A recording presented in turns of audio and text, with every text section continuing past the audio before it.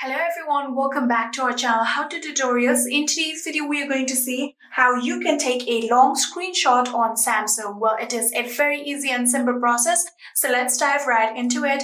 So the first thing that you'd have to do is open the page or any application that you want to take the screenshot of. For example, I'm going to open Chrome and I want to take a long screenshot of this website. So this is the website that I want to take a long screenshot of. In order to do that, all you have to do is press on the volume down button and power on button both at the same time, just like how you normally take a screenshot, just like this.